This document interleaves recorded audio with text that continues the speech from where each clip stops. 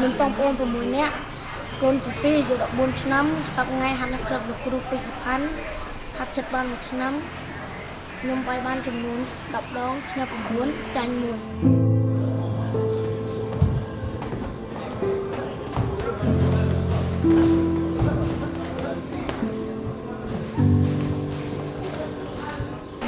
មុនចូលហាត់ខ្ញុំ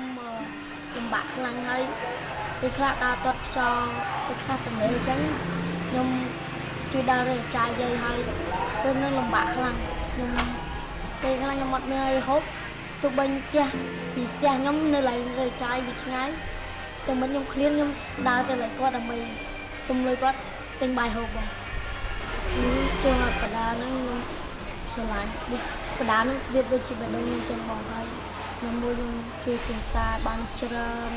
ហើយបានជួយបងប្អូនរៀនបានទិញកន្លងគាត់ហើយយាយគាត់រៀនចាស់ដែរខ្ញុំក៏មកបដានឹងបងដើម្បីជួយជាគ្រួសារបង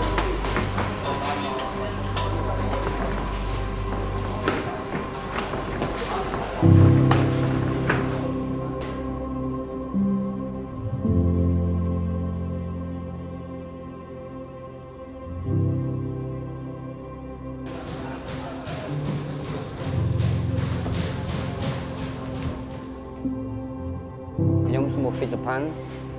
ជាគ្រូបង្វឹកនៅក្លឹបគុនខ្មែរក្រៃ8បាទហើយខ្ញុំចាប់ជីពជាគ្រូបង្វឹកតាំងពីឆ្នាំ2018មកដល់ពេលនេះវាចិត្តចូល7ឆ្នាំហើយបាទ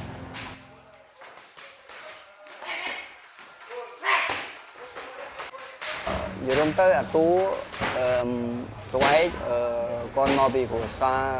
អ្នកដែលក្រខ្សត់ម្នាក់រស់នៅតាមមាត់ទន្លេហើយជាថាជាអ្នករើអេចាយហើយ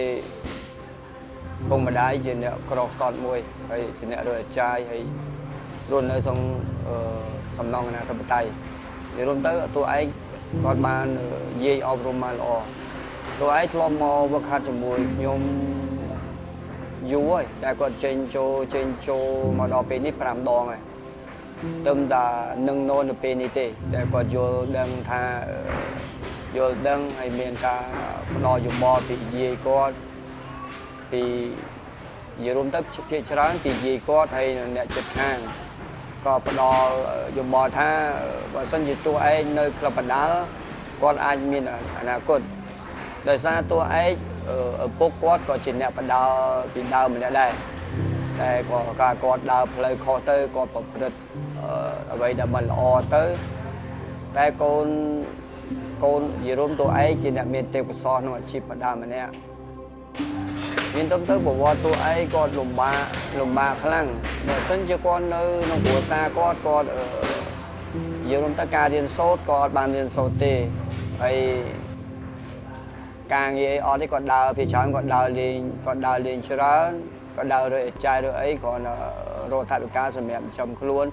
ការហូបចុកអត់គ្រប់គ្រាន់ទេការដេកពួនអីអត់ពេញលក្ខណៈអីរៀនក៏រៀនអត់ចូលដែរអត់វាបានរៀនចូលទៅពិបាកខ្លាំងហើយតួឯងមករស់នៅជាមួយខ្ញុំដោយសារ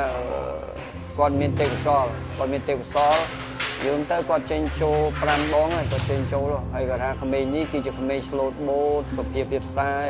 តែគាត់ស្លាក្មេងនេះស្លាហើយរស់រាយវិជាប្រិយដោយសារគាត់មានទេពកោសល្យក្នុងអាជីពបណ្ដាលអីជីដូននៅមួយជីដូននៅក្នុងម្ដាយយល់ទៅជីដូនគាត់ដឹងថាគាត់នៅក្នុងក្លឹបបណ្ដាលទៅវាមានអនាគតហើយវាមានការហូបចុកគ្រប់គ្រាន់ក្រុមការអប់រំកន្លែងខ្ញុំនេះគាត់មានគ្រប់គ្រាន់ហើយគាត់ប្រើតែពេលវេលាមកដល់ពេលនេះតួឯងគាត់លុតដំបានហើយបានពេញលក្ខណៈល្អហើយគាត់ប្រើតែពេលវេលាទេតួឯងបើសិនជាគាត់នៅតែបែបនេះហើយខ្ញុំណែនាំតាផ្លូវល្អសម្រាប់គាត់ឲ្យគាត់ប្រព្រឹត្តធ្វើអ្វីមួយឲ្យមានផលប្រយោជន៍សម្រាប់អាជីពបណ្ដាលហូបចុកសម្រាប់ការលូតលាស់គាត់បានល្អទៀតគាត់ប្រើតែពេលវេលាទេគាត់ពេលដែលគាត់ពេញរូបពេញរាងក៏ខ្លាយជាកីឡាករល្អម្នាក់ហើយគាត់អាចយកចំណូលបានពីអាជីពបណ្ដាលហ្នឹងអញ្ចឹងទៅតួឯងគាត់ខ្វះខាតច្រើនគាត់ថាមករយៈដែលគាត់មកនៅចុងក្រោយគាត់ គាត់សម្រាប់ចិត្តមកនៅយកក្រោយគាត់ដឹងថាគាត់នៅក្លឹបបណ្ដាលហ្នឹងគឺគាត់មានការហូបចុកគ្រប់គ្រាន់គាត់មានលុយចាយហើយមានការទម្រុកទម្រង់ពីដូចថាពីក្លឹបពីខ្ញុំអញ្ចឹងហើយពីសពរបស់សុភ័ក្រក៏ជួយហើយណាមួយគាត់អាចមានឱកាសបើសិនជាគាត់បន្តក៏អាចមានអនាគតឥឡូវគាត់ចាប់ដើមយល់ដឹងច្រើនមកឥឡូវគាត់យល់ដឹងច្រើនគាត់ណាគាត់ត្រូវបំពេញចំណុចដែលខ្វះខាតឲ្យធ្វើឲ្យបានត្រូវហើយគាត់ជាយើងលះបង់អ្វីដែលមិនល្អដែលខ្ញុំជាផ្ដល់យោបល់ឲ្យគាត់ធ្វើនិយាយរឿងតួឯកសារជាតិក្នុងខ្លួនគាត់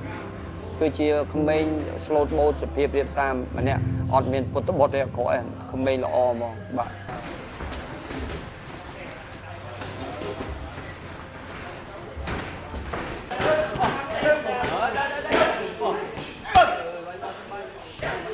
យើងទៅអនាគតខ្ញុំមើលឃើញតែគាត់ថាបំណងប្រាថ្នាអ្វីដែលខ្ញុំធ្វើខ្ញុំមានគោលដៅរបស់ខ្ញុំហើយខ្ញុំចង់ធ្វើខ្ញុំចង់បណ្ដុះថ្នាយុវជនឲ្យស្រឡាញ់បណ្ដាគុណខ្មែរហ្នឹងឲ្យខ្លាចជាកីឡាករពិតប្រាកដមួយហើយគាត់អាចរកអាជីពជាអ្នកបណ្ដាគុណខ្មែរហើយខ្ញុំបំបែកពីអាជីពអ្នកបណ្ដាគុណខ្មែរហ្នឹងទៅជាការងារផ្សេងមួយទៀតដែលផ្សព្វផ្សាយពីបណ្ដាគុណខ្មែរផ្សព្វផ្សាយជាវប្បធម៌នៃបណ្ដាគុណខ្មែរមានថ្វាយគ្រូមានសម្ដែងមានប្រហាត់ដើរផ្សព្វផ្សាយដើម្បីរកថវិកាចំមកគាត់ហើយបំបែកអារបៀបហ្នឹងឲ្យទៅជាមុខរបររបស់គាត់វិញដើម្បីរកចំណូលដើម្បីធ្វើការផ្សព្វផ្សាយបន្តទៀតអានេះគាត់ជាបំណងខ្ញុំមួយតែខ្ញុំចាប់ដើមធ្វើបានដំណាក់កាលទី1ទី2ទី3ខ្ញុំចាប់បានធ្វើបានហើយខ្ញុំប្រើទៅពេលដល់មួយរយៈទៀតក៏ខ្ញុំអាចធ្វើបានបណ្ដុះពួកគាត់ឲ្យមានការងារកាន់តែច្រើនទៀតដើម្បីមានចំណូលចូលសម្រាប់ជីវភាពរបស់គាត់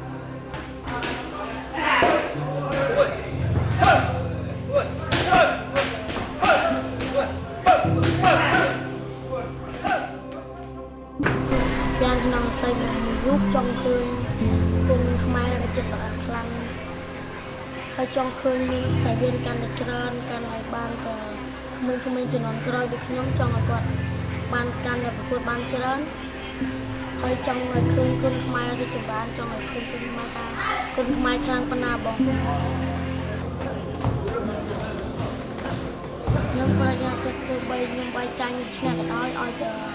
មានសង្វៀនប្រកួតច្រើនហើយខ្ញុំបានជួយគ្រួសារបានខ្លះហើយខ្ញុំនឹង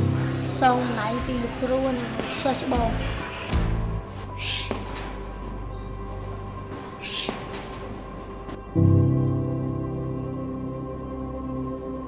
តួឯកបាននិយាយថាពិតណាស់កីឡាប្រដាល់វាជួយសាច់